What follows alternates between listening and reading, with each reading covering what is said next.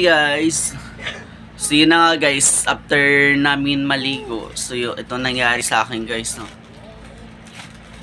So yan, so halos namalat yung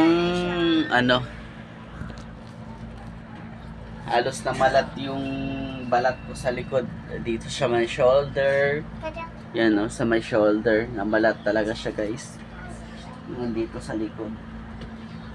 So yun yung naligo kami ng ng nakarang linggo pa yata yun.